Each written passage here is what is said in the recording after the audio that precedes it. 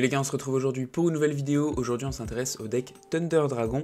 Étant donné que Colossus a été déban, l'objectif de la vidéo ça va être tout simplement de voir les engines qu'on va pouvoir rentrer avec Thunder, vous les présenter un peu toutes et voir un petit peu qu'est-ce qu'elles apportent et pourquoi vous devez les jouer ou non. On est parti du coup pour l'analyse de Thunder post-ban list. On commence directement avec notre objectif avec l'archétype Thunder qui est du coup notre Thunder Dragon Colossus.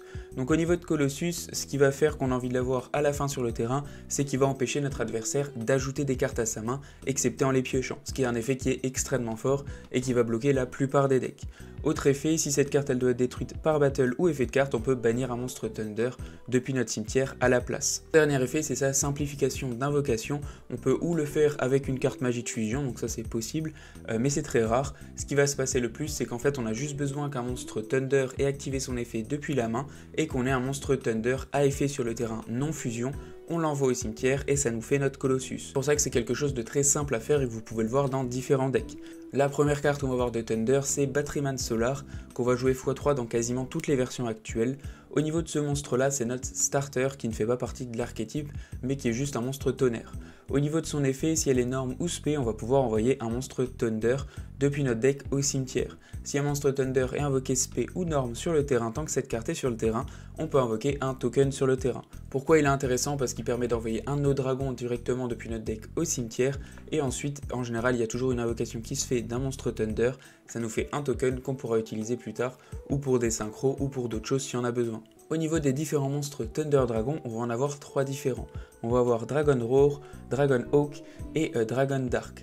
Comme vous allez le voir, ces 3 monstres Thunder Dragon, ils vont avoir un peu la même genre d'effet. Ils vont avoir un effet de la main, un effet qui s'active quand ils sont ou bannis ou envoyés depuis le terrain au cimetière, et à chaque fois on peut utiliser qu'un seul des deux effets par tour. On ne peut pas faire celui de la main et celui quand il est banni. C'est ça qui fait qu'en général il faut bien choisir l'effet qu'on va faire, parce que ça va impacter en général tout notre combo. Le premier qu'on va voir, c'est Thunder Dragon Roar, qu'on va en général envoyer avec notre Batteryman Solar. Son premier effet, on peut le discard et ajouter une de nos cartes Thunder qui est ou bannie ou dans notre cimetière, excepté lui-même. Son second effet, si cette carte est bannie ou envoyée depuis le terrain au cimetière, on va pouvoir invoquer SP un monstre Thunder Dragon depuis notre deck en position de défense, mais durant la end phase, on le renvoie à la main. Donc le principe dans un combo assez basique dans Thunder, avec notre Batteryman, on l'envoie notre Dragon Roar au cimetière, et ensuite vous avez plusieurs possibilités, mais il faut le bannir depuis le cimetière. Actuellement, du coup, on peut utiliser les monstres bestiales qu'on a bien dans le deck, ou on peut utiliser aussi ces monstres Black Dragon Collapse Serpent ou Wyver Burster qui vont marcher aussi dans ce cas-là. Le monstre qu'on va en général invoquer avec notre or, ça va être notre Dragon Dark juste ici. Donc ce monstre là, effet rapide pour le coup, c'est un peu différent des autres. On peut le discard et ajouter un autre Dragon Dark directement depuis notre deck à notre main. Si cette carte elle est bannie ou envoyée depuis le terrain au cimetière, on va pouvoir ajouter une carte Thunder Dragon depuis notre deck à notre main. Son premier effet, il est toujours intéressant à faire pendant le tour adverse si vous êtes deuxième, parce que comme je vous disais, c'est bien un seul effet par tour, donc vous allez pouvoir l'envoyer au cimetière directement en allant en chercher un autre pendant le tour adverse, et pendant votre tour, le bannir du cimetière et profiter de l'effet d'aller chercher une carte Thunder. Au niveau de cette decklist, en général, quand on va chercher une carte Thunder, on va toujours aller chercher notre Dragon Hawk, qui est la suite logique pour avoir accès à notre Colossus. Mais dans le cas où vous jouez Thunder Dragon pur, c'est possible d'aller chercher par exemple votre Fusion, ou Dragon Matrix, ou un Thunder Dragon. En fait, vous avez vraiment accès à tout l'archétype. Au niveau de la dernière du trio, c'est Dragon Hawk. Au niveau de son premier effet, on peut la discard et invoquer spécialement un monstre Thunder Dragon qui est ou banni ou dans notre cimetière, excepté Dragon Hawk. Son second effet, c'est que si elle est bannie ou envoyée depuis le terrain au cimetière, on va pouvoir renvoyer un nombre de cartes depuis notre main qu'on veut dans le deck et repiocher le même nombre. Donc un peu le principe de maillet magique. Au final, ce monstre-là, il termine bien notre boucle. Comme je disais, il fallait qu'on fasse notre Colossus, c'était notre objectif. Pour faire notre Colossus, il fallait bien qu'il y ait un monstre Thunder qui active un effet depuis sa main et qu'on ait un monstre sur le terrain Thunder non fusion qu'on envoie au cimetière pour Colossus. Comme vous le voyez dans un combo basique, notre Dragon Dark et notre Dragon Roar, on n'active pas leurs effets depuis la main parce qu'on a plus envie d'activer leurs effets quand ils sont bannis ou envoyés au cimetière. Au niveau de Dragon Hawk, ça nous permet tout simplement de reprendre en général notre Dragon Roar de la zone bannie, de le ramener sur le terrain, et derrière on a bien l'effet de Dragon Hawk qui a utilisé un effet de Thunder dans la main, notre Dragon Roar sur le terrain qui est bien un monstre Thunder qui n'est pas fusion, et derrière on envoie notre Dragon Roar au cimetière et on a bien notre Colossus sur le terrain, ce qui est bien notre objectif avec l'archétype. On arrive maintenant au niveau des différentes engines qu'on va pouvoir ajouter dans Thunder. Celle pour moi qui est vraiment indispensable, ça va être Bystial. Pourquoi c'est vraiment indispensable actuellement?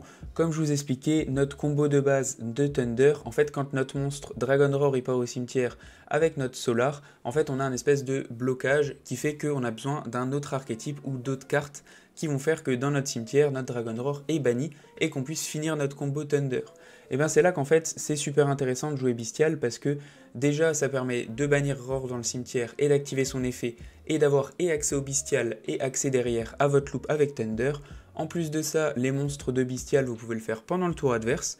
Donc imaginons que vous envoyez une carte au cimetière pendant votre tour, c'est le tour de l'adversaire, vous pouvez et faire votre Bystial qui arrive sur le terrain et qui tout simplement active son effet, et en plus de ça vous pouvez bannir un de vos monstres Thunder et profiter aussi de l'effet du monstre Thunder.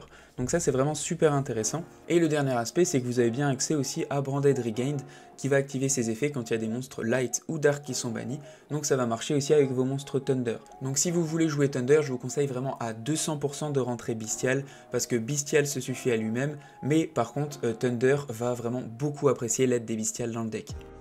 La seconde engine qu'on va pouvoir rentrer avec Thunder, ça va être tout simplement les monstres Horus. Donc là je suis à 3 MCT, j'ai à 1 Happy, 1 Dwamutef et 3 fois King Sarcophagus. Le seul petit souci que vous pouvez rencontrer à jouer Bystial et Thunder, c'est que des fois vous avez que des Thunder et que des Bystial en main, et du coup en fait vous auriez préféré que votre monstre Thunder soit au cimetière, ensuite vous faites votre Bystial et vos combos partent, et là ça se passe super bien.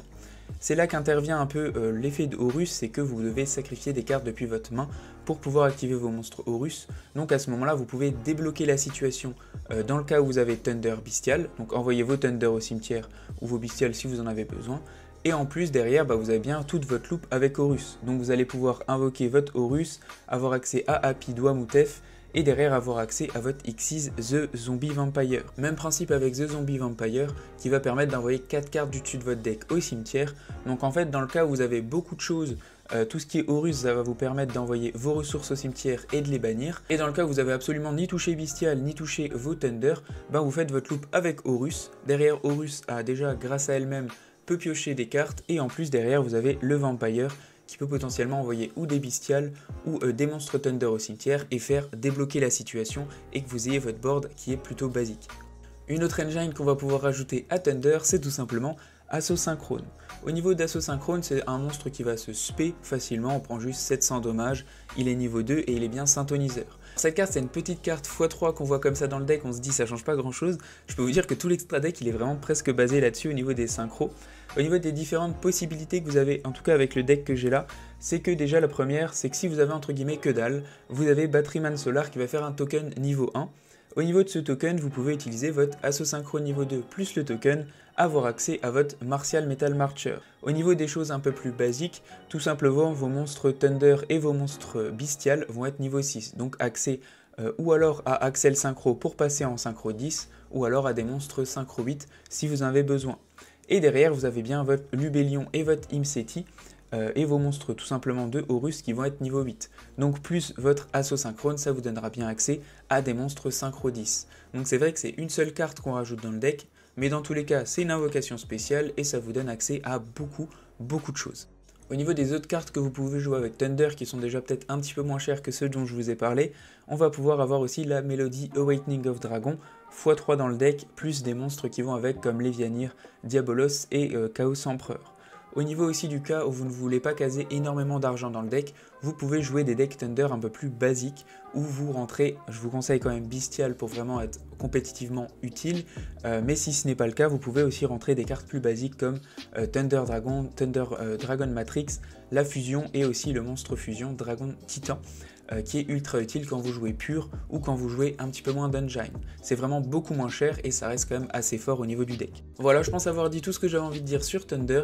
Je tiens juste à rappeler que tout ce qui est decklist et ce que vous voyez actuellement, c'est des choses qui n'ont pas encore été prouvées. Il n'y a pas eu de gros tournois et le deck Thunder a toujours été compliqué parce qu'il y a vraiment beaucoup de choses qui sont splittables dans le deck, retirables, rajoutables.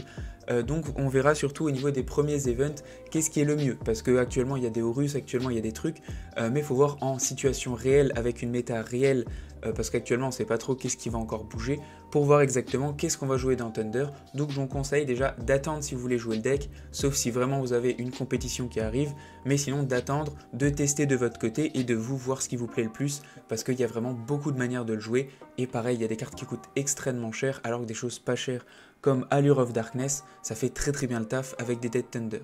Merci d'avoir regardé, ciao ciao, j'espère que vous avez appris des choses et abonnez-vous.